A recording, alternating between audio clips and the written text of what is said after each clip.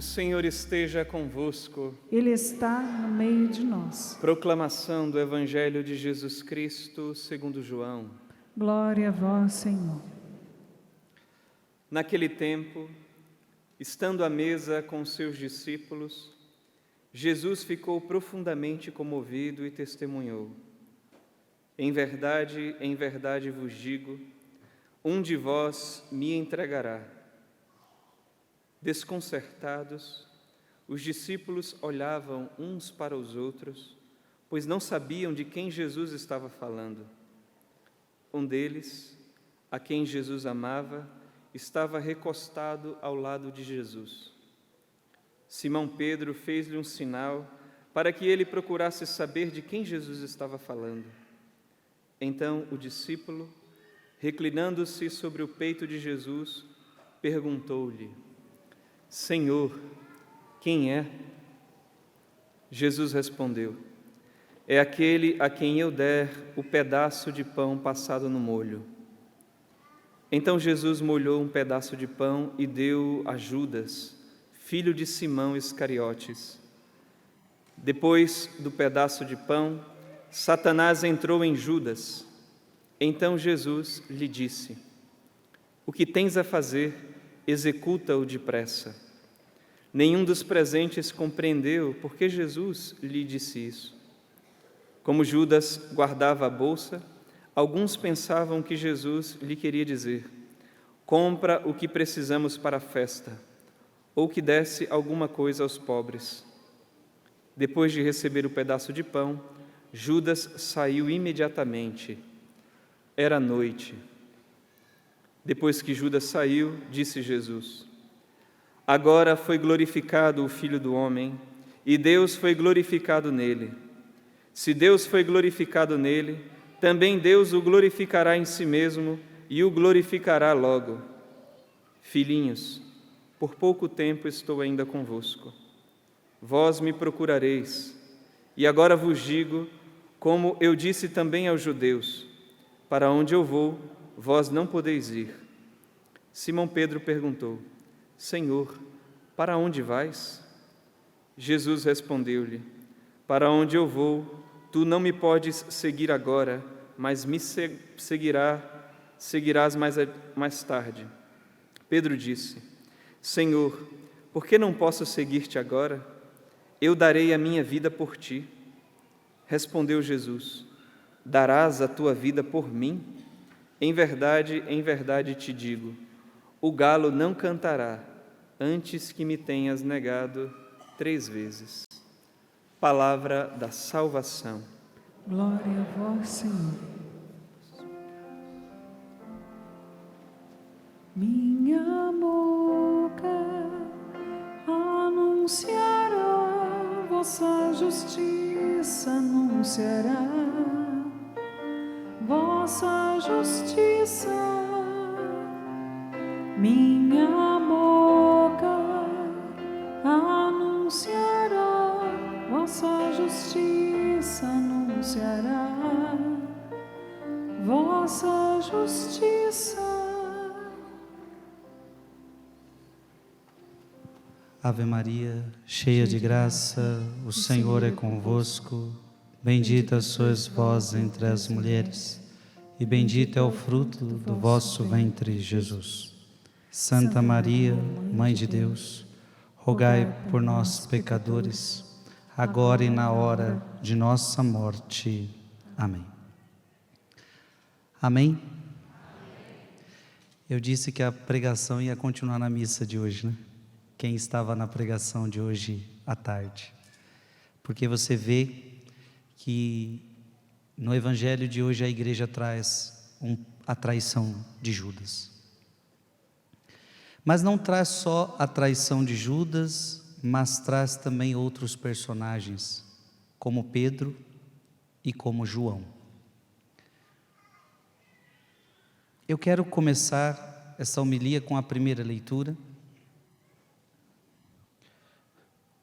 porque a primeira leitura falou algo impressionante para nós.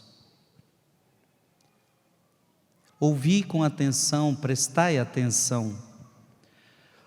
O Senhor chamou-me antes de eu nascer. Diga comigo, o Senhor me chamou antes de eu nascer. Desde o ventre de minha mãe, Ele tinha na mente o meu nome. Amado irmão e amada irmã, não foi teu pai e tua mãe que te fez. Não foi o teu pai e tua mãe que te fizeram. Deus permitiu que eles colaborassem. Mas algum papai, alguma mãe já fez o seguinte: olha, meu marido, minha mulher, vamos agora fazer a mãozinha dele juntos? Como é que você quer a mãozinha? Como é que você quer o cabelinho?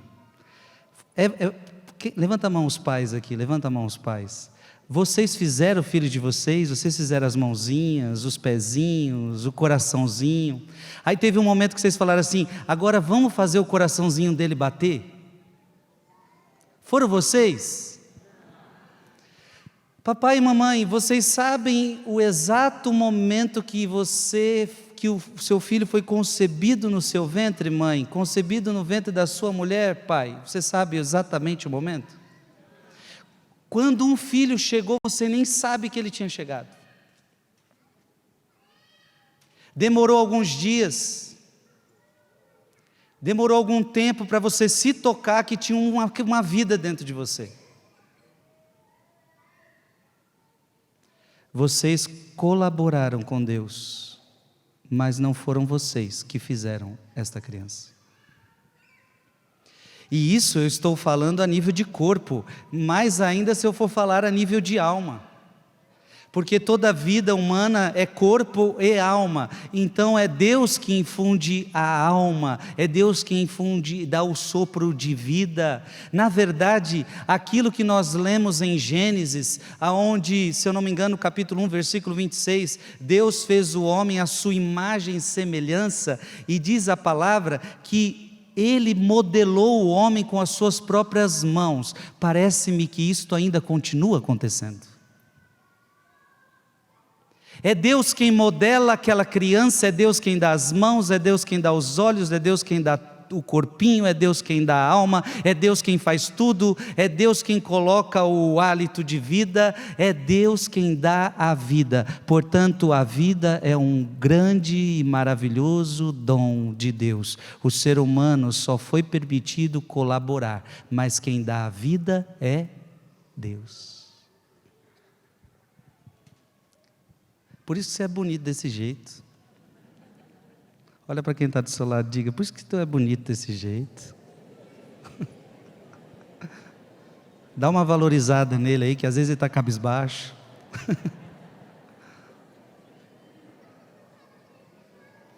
Você está entendendo isso, sim ou não?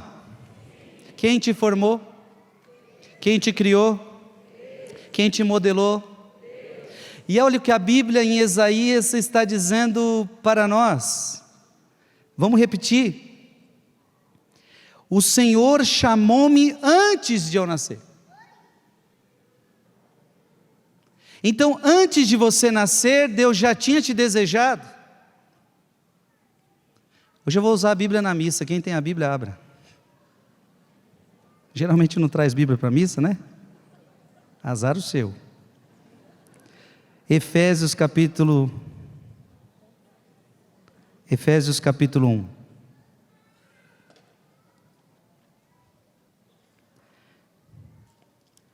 Olha o que essa palavra diz. Versículo 4, Efésios capítulo 1, versículo 4. E nos escolheu nele antes da criação do mundo. Diga comigo, eu fui escolhido antes da criação do mundo. Gente, antes da criação do mundo, então antes de Deus criar o sol, antes de Deus criar o mar, antes de Deus criar os animais, eu já tinha sido escolhido. É o que Isaías está falando. Antes de entrar no ventre materno, ele já me conhecia. Ele já sabia o meu nome. Ei, papai e mamãe, sabia nem que você era homem nem mulher. Demorou tempo para ainda, quando descobriu que tinha vida, aí precisou de mais um tempo para saber, é homem ou mulher? Porque para quem não sabe ainda existe isso hoje, viu? Ou é homem. Aí você demora tempo para descobrir isto. Mas Deus já sabia. A vida é uma descoberta para os pais, mas Deus já sabia. Aí quando papai e mamãe descobrem o sexo da criança, ela vai, agora que vamos dar o nome, mas Deus já sabia o teu nome. Porque a Bíblia está dizendo, nele o Pai nos escolheu antes da criação do mundo para sermos santos e irrepreensíveis diante dos seus olhos no amor. Eu quero ler o versículo 11, porque é isso que eu vou falar agora. Nele é que fomos escolhidos, predestinados segundo o desígnio daquele que tudo realiza por um ato deliberado de sua vontade, para servirmos a celebração de sua glória. Olha que bonito isso. Você foi escolhido para servir a celebração da glória de Deus, mais que a glória dos seus pais. Você foi escolhido e você nasceu e você veio a este mundo para ser a glória de Deus. Isso é forte ou não é? Diga, eu nasci para a glória de Deus. Aplauda o seu irmão. Diga, você nasceu para a glória de Deus.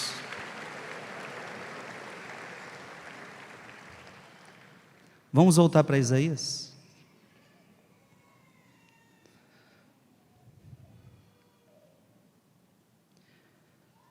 Tu és o meu servo, Israel, em quem serei glorificado.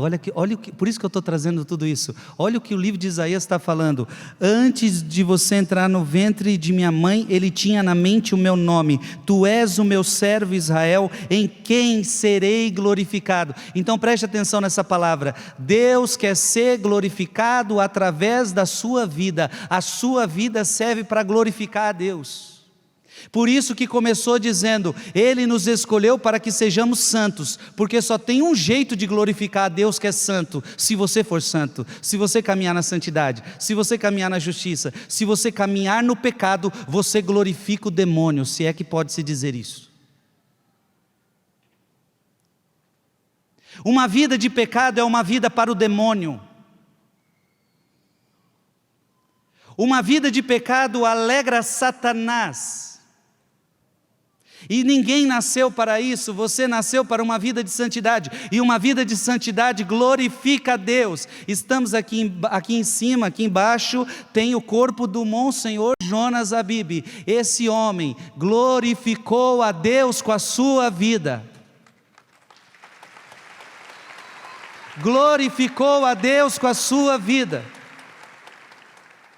Então as pessoas entravam em contato com o Padre Jonas e eram santificadas. Entravam em contato com o Padre Jonas e, como diz a palavra, fez de mim a palavra uma espada afiada. Padre Jonas tinha uma palavra afiada para converter os corações. Quando uma pessoa é serva de Deus, ela glorifica a Deus.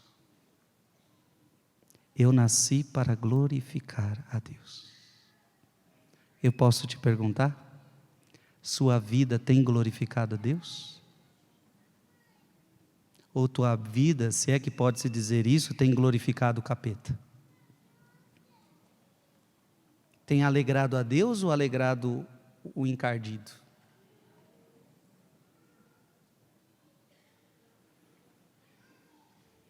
Você nasceu para glorificar a Deus.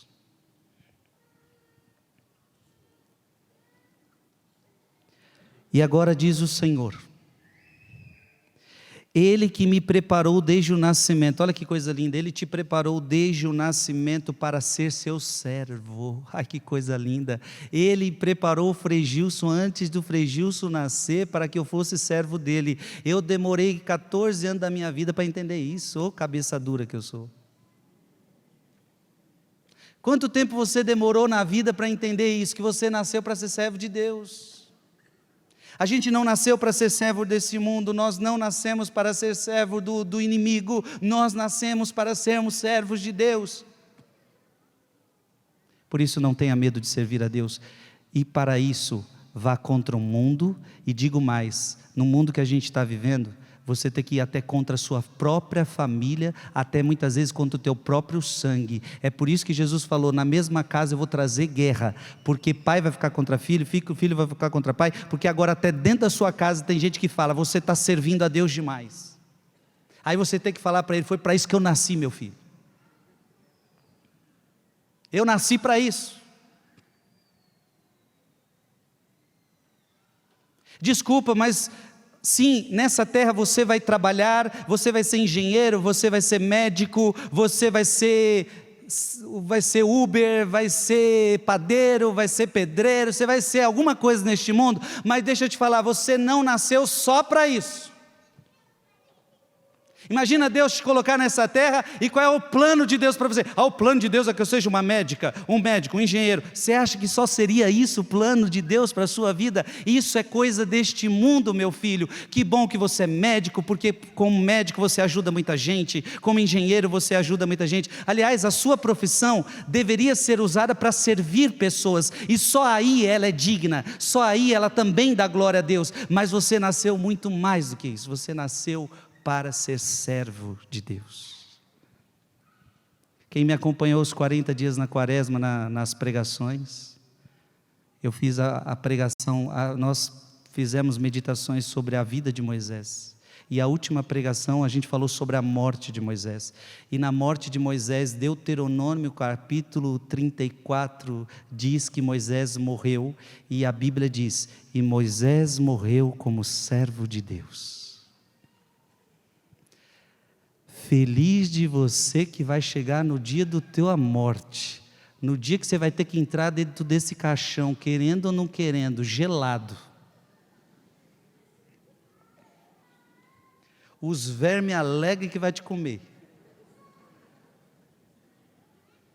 Feliz de você que entrar nesse caixão, porque um dia sua vida chegará ao fim, e você morrer tendo essa certeza, servo de Deus. Você nasceu para isso e você morreu sendo servo. Feliz de você que conseguiu morrer assim. Como Paulo vai dizer, combati o bom combate, completei a corrida, guardei a fé. Padre Jonas Abib, aqui abaixo de nós, alguém tem dúvida que ele morreu assim? Servo. Viveu a vida do jeito certo. Viveu uma vida para o qual ele foi escolhido, para ser servo. Tem gente que vai morrer como servo do mundo, tem gente que vai morrer a vida como servo do diabo, tem gente que vai morrer a vida e não vai conseguir levar nada para a eternidade, porque viveu uma vida displicente.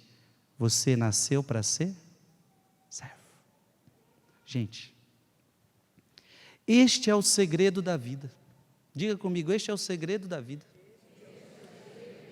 Sabe qual é o problema do mundo atual? O maior problema do mundo atual, e por que o mundo mais está se fugindo de Deus e o mundo está mais se esquecendo de Deus, é por causa do individualismo. Nós vivemos no mundo da selfie. A selfie é uma foto voltada para si mesmo. Selfie significa você mesmo, voltado para você mesmo. Ou seja, o problema mais terrível do mundo de hoje é o individualismo, é o egoísmo, é a pessoa que olha para si mesmo. E o que acontece? A pessoa acha que para ser feliz, ela tem que servir ela mesma, e todos têm que me servir, porque se tudo na vida acontecer como eu quero, como eu desejo, eu serei feliz. Então a pessoa vive no egoísmo, nas suas satisfações, e aí o mundo de hoje diz assim, o que importa é ser feliz, eu ser feliz.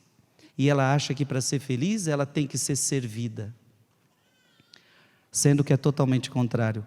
O segredo da felicidade está quando você entende que você nasceu para servir, você nasceu para o outro, Você nasceu para a doação. É por isso que Deus nos colocou em família, porque em família, a família te convoca. A mulher tem que se doar para o marido tem que se doar para a mulher, os pais têm que se doar para os filhos, o sacerdote tem que se doar para o seu povo, o médico tem que se doar para os doentes, o engenheiro tem que se doar para os que querem construir algo. A vida nossa, ela é uma vida de entrega, ela é uma vida de doação, é uma vida para o outro. E assim eu sou feliz. Eu nasci para ser servo. Não é à toa que nós já estamos chegando lá. Quinta-feira agora, santa, antes de Jesus morrer, ele vai pegar água, vai se ajoelhar, vai lavar os pés e vai dizer que a gente deveria fazer a mesma coisa, lavai os pés uns dos outros. Olha que bonito, o trabalho de escravo, o trabalho de servo, ele está pedindo para a gente fazer. E aí Jesus dá a palavra: se vocês fizerem isso, vocês serão felizes. Uau! Só que a gente fala, tem chulé esse pé, eu não vou de jeito nenhum. Aí na sua casa, quantas vezes você já disse essa frase assim: eu não sou escrava, não sou sua escrava, não sou seu escravo. Já falou isso alguma vez? Em outras palavras, você está dizendo, eu não servirei.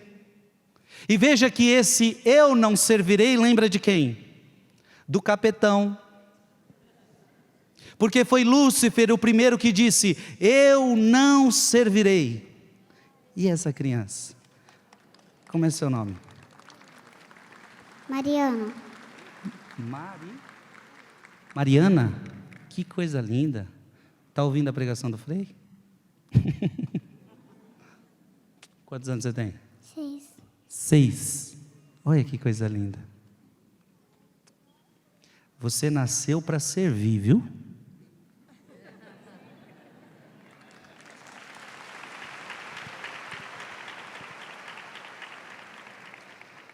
Interessante, falando até de criança, como é que uma criança nasce? Não entendendo isso. Ela geralmente, quando a gente fala, o Evangelho fala que nós temos que nos tornar como crianças, é em determinados sentidos, porque toda criança é egoísta, sim ou não? Quando você dá um brinquedo para ela, é fácil de ela dividir? A criança geralmente pensa nela mesma. Então ela acha que tudo deve girar em torno dela, então ela chora, ela esperneia, e quando ela quer uma coisa, ela quer. E aí cabe o processo de educação dos pais para mostrar que você veio ao mundo não para ser servido, meu filho, você veio ao mundo para servir. Então vai dividir sim o brinquedinho com o amigo, vai dividir sim o brinquedo com o irmão, porque você veio aqui para isso, não para viver para si mesmo, mas para viver por outro. Amém? Viemos para servir.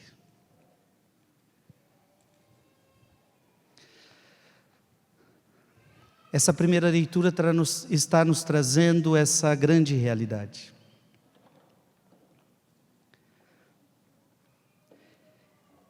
E agora diz o Senhor, Ele me preparou desde o nascimento para ser seu servo.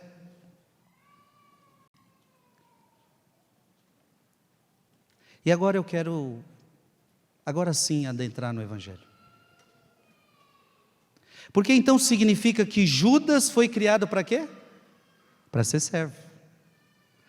Judas, Pedro, João foram criados para ser servos. E Jesus fez o processo de ensinamento, Jesus ensinou. Jesus formou eles, Jesus deu exemplo, Jesus chegou a falar, olha, eu sou o Senhor e mestre e vos lavei os pés. Ora, se eu sou o Senhor, vocês são servos, então se eu fiz, vocês também devem fazer. Jesus deu exemplo, Jesus ensinou, Jesus falou, Jesus formou. Só que nós vemos que Judas não glorificou a Deus com a sua vida. Diz a palavra de hoje que depois do pedaço de pão, Satanás entrou em Judas. Judas não quis servir. Judas quis viver uma vida para si mesmo. Isso se revela pelo amor ao dinheiro que ele tinha. Quem ama o dinheiro é uma pessoa egoísta que só pensa em si mesmo. Judas pensava em si mesmo. Não estava glorificando a Deus.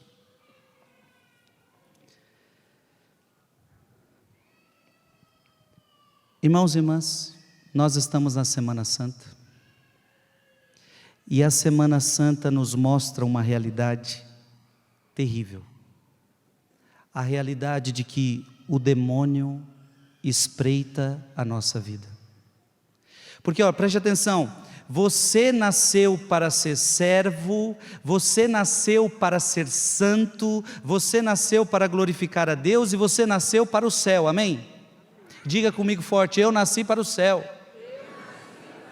Só que o demônio, aquele que disse eu não servirei, ele também quer que você não sirva, ele quer que você se perca e ele quer que você vá para o inferno. Então, enquanto temos Deus querendo nos levar para o céu, e o que é a Semana Santa? É um Deus que quer nos levar para o céu, é um Deus que quer perdoar os nossos pecados, que quer nos salvar, que quer nos libertar e quer nos levar ao céu. Mas não nos esqueçamos, além do mistério da graça, existe o mistério da iniquidade acontecendo. Então todos nós, todos os dias, nos deparamos com o mistério da graça, mas com o mistério da iniquidade.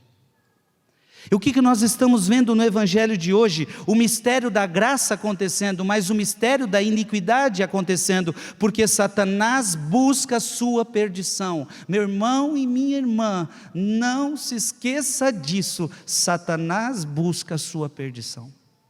Eu costumo dizer que lá no inferno tem uma foto sua. 3x4 ou uma foto grande, não sei. E está escrito embaixo, procura-se. E os demônios fazem reunião. Se a gente for lá para o livro de Jó, quem foi conversar com Deus para pedir a alma de Jó? Satanás. Satanás conversou com Deus e falou, deixa eu tentar Jó e você vai ver que ele não lhe é fiel.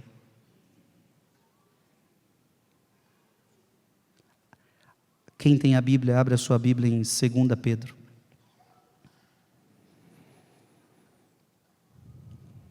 2 Pedro, versículo 3, capítulo 3, versículo 9. 2 Pedro, capítulo 3, versículo 9.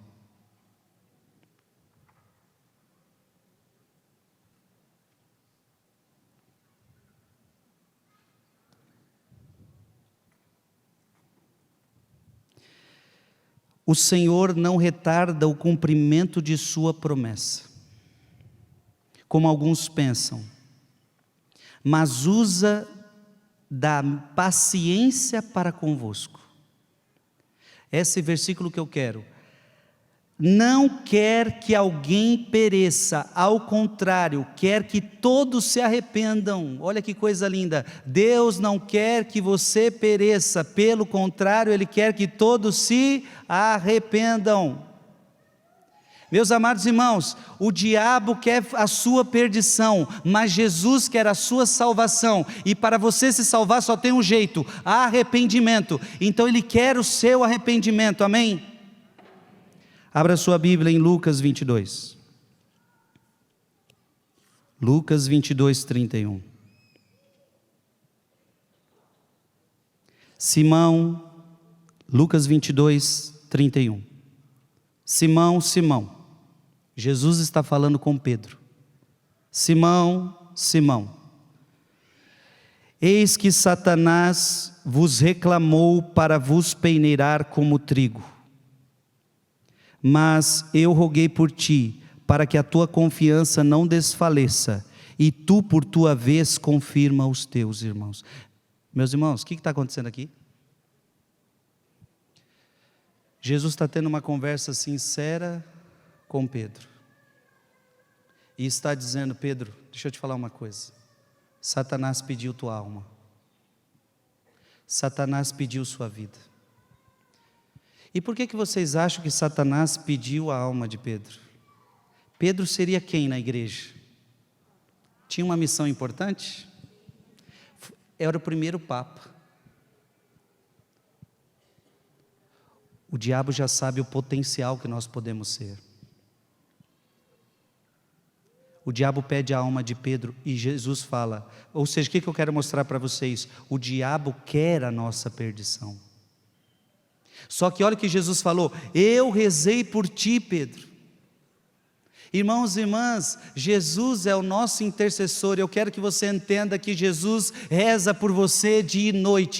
Jesus olha para você dia e noite. Jesus é o guarda da tua alma. Jesus quer guardar a tua alma do demônio. Jesus quer te salvar do demônio. E quando Jesus vê que o demônio está à espreita, Jesus intercede por ti, para que você não se perca, para que você não pereça. E por isso no Pai Nosso Ele ensinou você ainda a orar. Orem para que vocês não caiam em tentação. Assim como o diabo chegou pedindo a alma de Pedro, você acha que o diabo já não pediu tua alma? Ai, Frei, que medo dessa pregação. Não é para ter medo não, filho.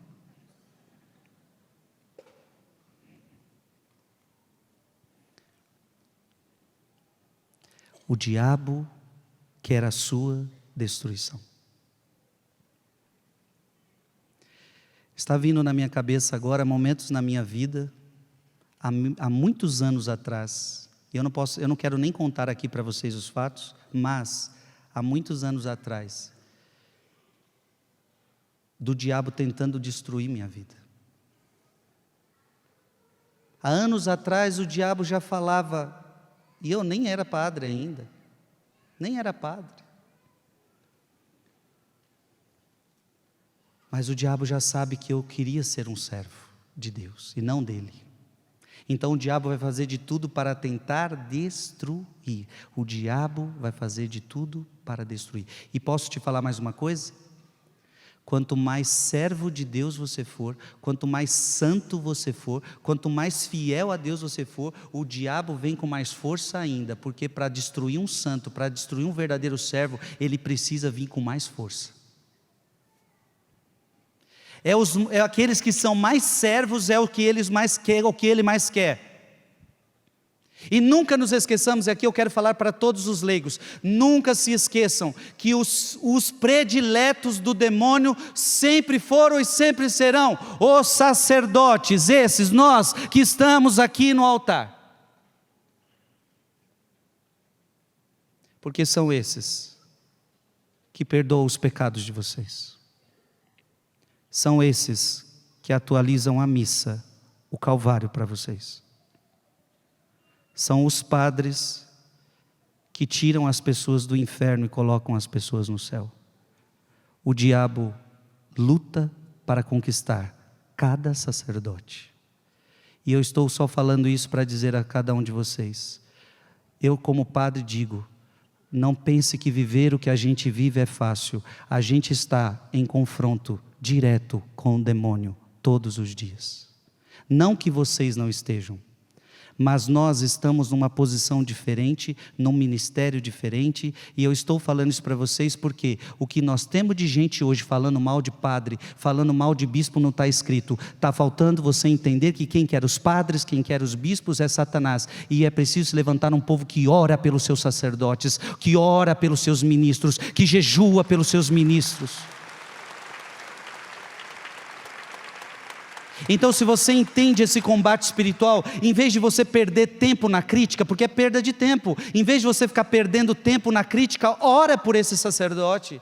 Olha, eu tenho uma raiva de quando as pessoas chegam assim para mim: Frei, o que você acha desse determinado padre? Eu geralmente não respondo. O que você tem a ver com a vida desse padre? Se você parasse de perder o seu tempo falando o que você acha que não está certo, você poderia estar orando por ele. Ou então, vai falar comigo, diga assim para mim: Frei, olha como esse padre tem vivido, vamos levantar um clamor por ele, vamos levantar uma oração por ele, vamos fazer jejum por ele, vamos, minha gente, entender que todos nós vivemos ataques diários contra o inimigo, e que Jesus está intercedendo por nós, e que nós precisamos interceder um pelos outros, amém?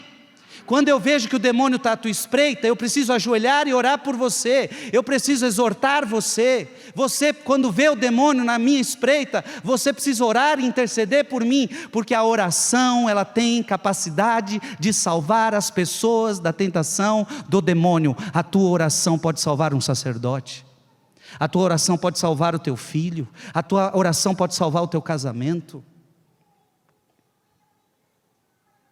Jesus está mostrando nessa palavra que ele rezou e o diabo não conseguiu Pedro, e quase conseguiu. Quase conseguiu, mas não conseguiu.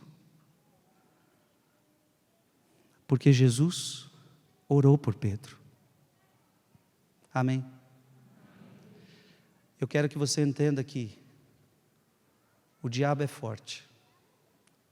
Ele é. O diabo é astuto? Ele é. Só que tem uma coisa que o diabo não aguenta, e ele não tem poder nenhum contra ela, se chama oração. Quando você reza, você vence todo o inferno inteiro junto. Quando você reza, você destrói o demônio.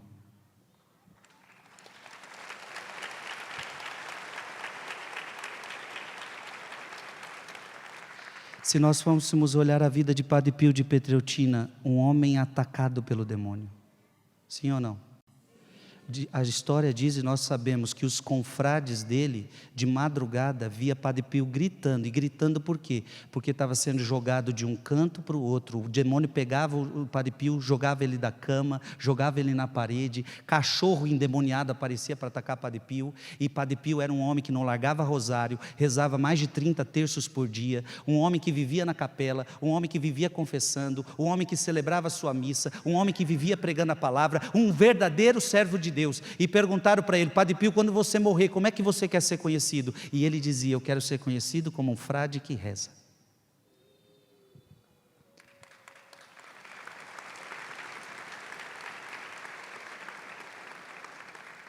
Padre Pio entendeu que a oração salva o mundo. A oração de Jesus salvou Pedro. Eu não vou ter tempo, mas eu queria ler todo o capítulo de João, capítulo 17 de São João. Eu não posso ler, não tenho tempo. Mas seria tão bonito se a gente pudesse ler, e você pode ler como lição de casa, Evangelho de São João, capítulo 17, onde é a oração de Jesus, onde ele vai falando: Pai, você me deu eles, o Senhor me destes, eu rezei para que nenhum deles se percam, eu não quero que nenhum deles se percam. E a gente vai vendo uma oração bonita de Jesus, ele orando pelos apóstolos, ele orando pela igreja, e digo mais, ele orando por nós. Eu quero que você entenda o seguinte: Jesus já orou por você, para que o diabo não tenha sua alma, porque no dia que o diabo tiver sua alma, não tem mais volta, que é o que está acontecendo com Judas. E depois que ele tomou o pão, o de Satanás entrou no coração. E quando Satanás entra, meu amigo, dá para tirar? Dá, com arrependimento, enquanto você está vivo. Só que tem um problema, a Bíblia diz, eu preguei isso a tarde toda para vocês: Judas morreu com remorso, e na mesma noite ele se matou, o filho da perdição. É por isso que eu pregava para vocês hoje à tarde, quando Jesus disse: ai daquele que me trai, era melhor que nunca tivesse nascido. Você nasceu para ser servo, e você não foi servo. É por isso que no Evangelho de hoje, se a gente for olhar, a palavra de hoje disse assim: agora, Jesus disse, agora foi glorificado o Filho do Homem, Deus foi glorificado nele. Se Deus foi glorificado nele, também Deus o glorificará em si mesmo e glorificará logo. Jesus está dizendo: eu nasci para a glória do meu Pai, eu nasci para a glória de Deus. Judas se entregou ao pecado. Judas se entregou ao mal. E pasmem, qual foi o momento que Satanás entrou no coração de Judas? Qual foi? Evangelho de São João, capítulo 13, versículo 7, versículo 27. Logo que ele o engoliu, Satanás entrou nele. Jesus disse-lhe então: o que queres fazer, faze-o depressa. Logo que Judas engoliu o que, minha gente? Logo que Judas engoliu o que? A hóstia. O corpo de Cristo.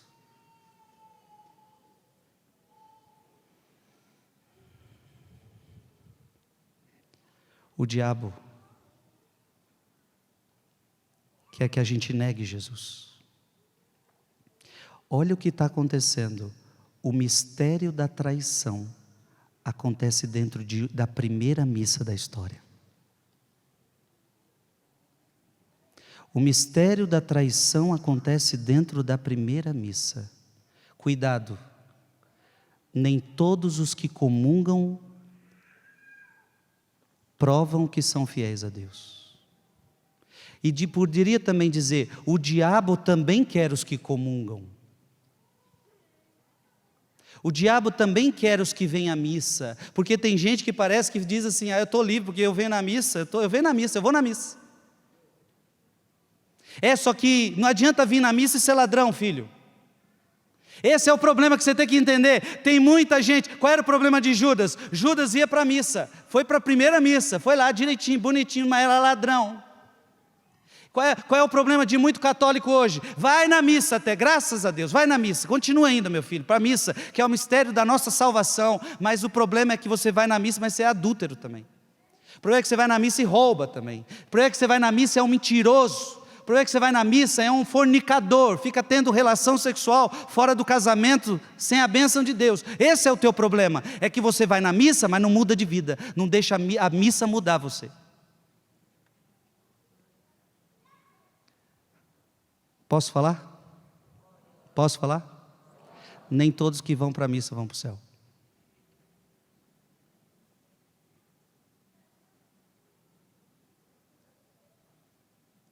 A missa tem que converter você. É por isso que antes de comungar do pão, você tem que comungar da palavra. Por quê? Só pode comungar do corpo de Cristo quem comungou da palavra. Ou seja, não adianta você querer comungar do corpo de Cristo se antes você não comungou da palavra. Primeiro você tem que ver se você quer ajustar a sua vida a Cristo. Aí Deus no 7º mandamento vai dizer, não roubarás. Viu, Judas? Não roubarás. Ah, entendi. Então você tem que parar de roubar para você comungar bem. Agora tem um monte de gente sem vergonha que quer continuar roubando, quer continuar fazendo tudo que não deve. Ela sabe que ela está no pecado, mas ainda quer continuar comungando, achando que isso está trazendo a sua salvação. Detalhe, Judas roubava e ninguém sabia, né? Então tem muita gente que comunga sabendo que não pode comungar, mas ninguém está vendo. Eu vou mostrar o meu pecado? Não, eu vou comungar e ninguém sabe que eu estou no pecado. Porque a gente é tão sem vergonha que a gente ainda esconde e quer fazer vista boa para os outros. Quantas vezes eu já vi gente que eu comungo para não ficar mal com os outros. Judas sabia que era um ladrão. E ele escondia. Tanto é que na última ceia o pessoal achou que ele saiu antes para dar comida para os pobres. O povo nem sabia, os apóstolos nem sabiam que ele roubava. Ele escondia. Só que tem um problema, o Senhor sabe quem rouba. O Senhor sabe o teu pecado, e diz a palavra que Deus sabia quem o ia trair, Deus sabia quem o iria trair, Deus sabia, Deus sabe quando você rouba, Deus sabe quando você mente, Deus te vê quando ninguém te vê, não adianta mentir. Só que aí tem um problema, Frei, agora o Frei está dizendo que nem todo mundo que vai para a missa vai para o céu. Não, isso não é palavra minha, eu vou provar aqui para você, abra a sua Bíblia, em 1 Coríntios capítulo 11, eu não tenho poder nenhum de botar alguém no céu ou de tirar, isso não é dever meu, eu só sou um pregador da sua palavra. 1 Coríntios capítulo 11, versículo 27, portanto, todo aquele que comer o pão, ou beber o cálice do Senhor, indignamente, Então preste atenção. Tem gente que vai comungar dignamente. Amém? E o que é comungar dignamente? É aquele que se confessou, é aquele que está arrependido dos seus pecados, é aquele que quer mudar de vida, aquele que está ajustando a sua vida para o Evangelho. Todo mundo aqui é pecador, inclusive eu, inclusive os sacerdotes, todos somos. Mas quem é o que comunga dignamente? O que está sempre com o coração arrependido e desejoso a mudar de vida. Quem comunga indignamente? O que rouba, sabe que é ladrão, não quer mudar, não quer se arrepender e vem ser o bambambam.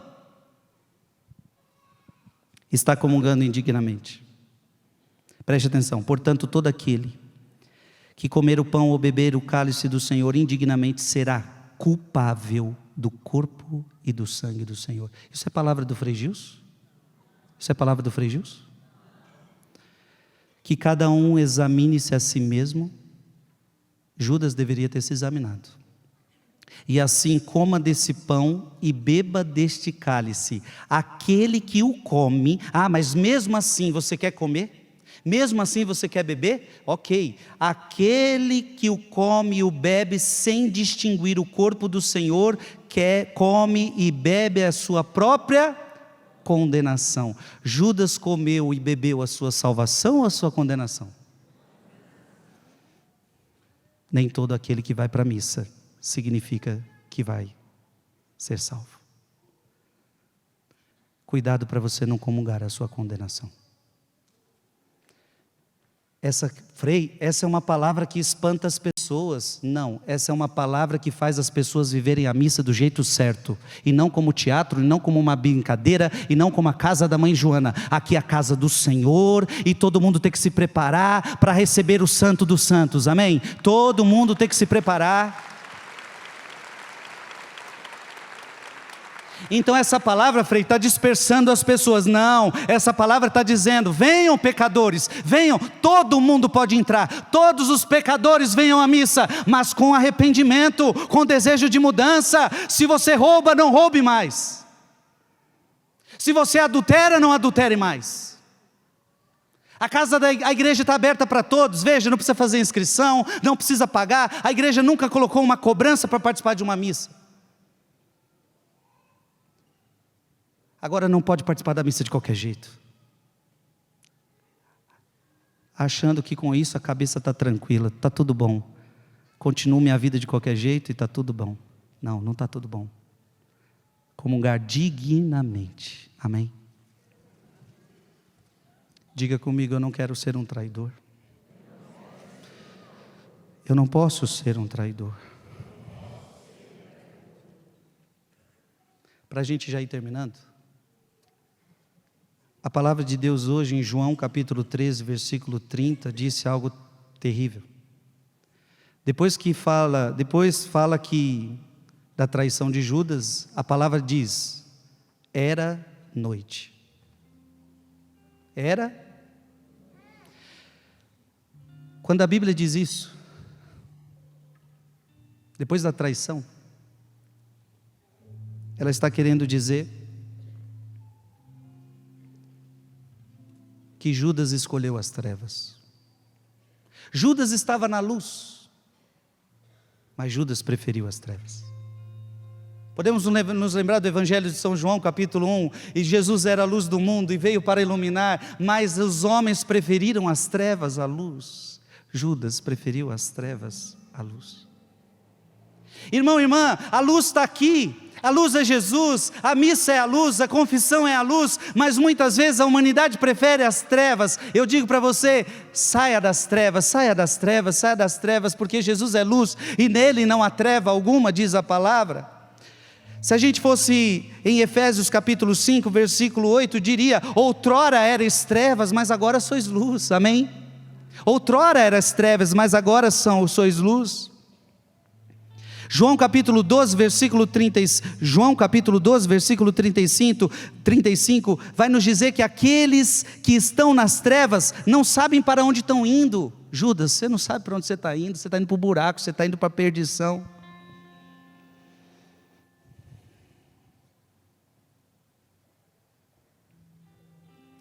Amado irmão e amada irmã, vai ficando de pé.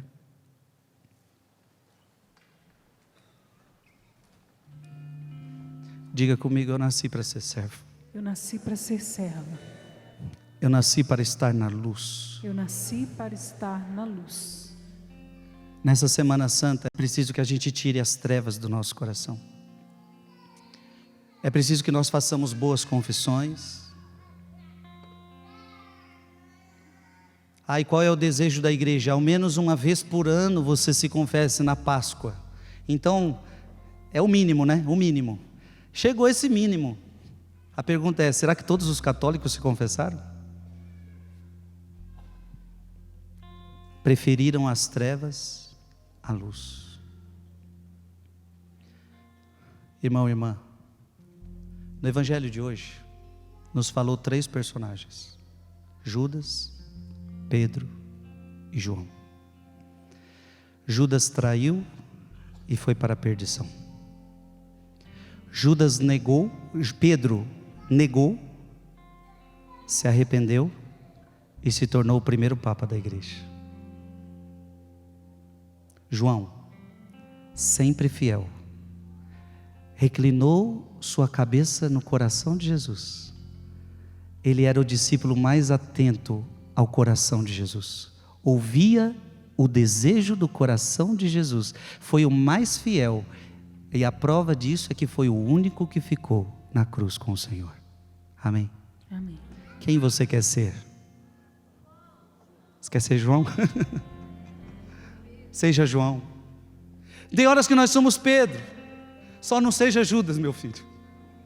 Só não seja Judas. Olha para quem está do seu lado, só não seja Judas. Diga para a pessoa que está do seu lado, já basta Judas. Já basta Judas. Ai daquele que trai o Filho do Homem, era melhor que nunca tivesse nascido. Que essas palavras não sejam ditas um dia para você, amém? A qual Jesus diz a palavra que para muitos vai dizer: eu não vos conheço, afastai-vos de mim, malditos do meu Pai. Essas palavras duras de Jesus que nunca se dirijam a você. Por quê? Porque você pecou, você negou, você traiu, mas você se arrependeu, você chorou. Então que essa Semana Santa seja Semana Santa de lágrimas, seja Semana Santa de arrependimento, seja Semana Santa de conversão, amém? Saia das trevas e vai para a luz. Você nasceu para a luz, você não nasceu para as trevas. Que a sua vida glorifique a Deus. Aleluia. Amém. Mas o Senhor virá. Ele não tardará. Ele não tardará. Que eu seja santo. Que eu seja santo, santo, santo. Pois Deus é santo, santo. Que a santidade. Santo, que a santidade da minha vida apresse o Senhor e Ele logo virá. Do início. Que santidade de vida, vai. Que santidade de vida. Que homens devemos ser, minha gente? Que homens devemos ser. Pois se tudo no céu e na terra o Senhor chamará. Que respeito para que luta Deus. Devemos travar. Que luta devemos travar no novo céu e na nova terra iremos morar.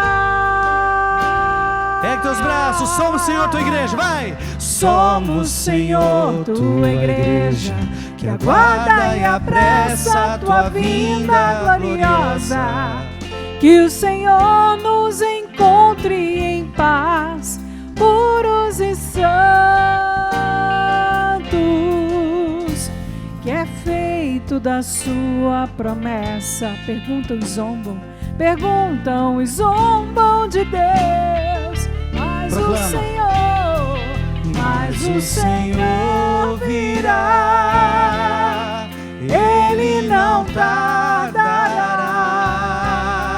Que eu seja santo, santo, santo, pois Deus é santo, santo, santo.